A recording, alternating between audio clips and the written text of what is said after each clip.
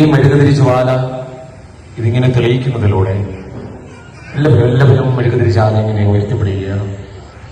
ഈ മെഴുതി ഇങ്ങനെ ഉരുകുമ്പോൾ രണ്ട് കാര്യങ്ങൾ അപ്രധാനമായി സംഭവിക്കുകയാണ്.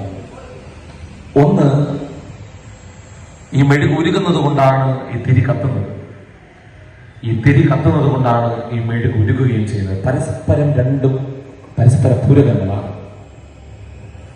കർത്താവെ, അതിനുവേണ്ടി സഹായിക്കണമേ എന്ന് ദൈവത്തോട് പ്രാർത്ഥിക്കുക.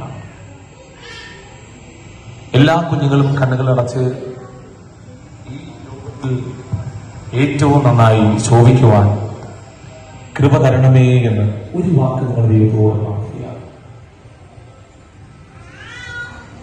നമ്മളെ ഇതുപോലെ ഒഴുകി ഒഴുകി ഒഴുകി ഒഴുകി ഒഴുകി ഒഴുകി പ്രകാശം കൊടുക്കാനാണ് നിങ്ങളെ ഈ VBS-ലൂടെ ദൈവവചനം പഠിപ്പിക്കുന്നത്.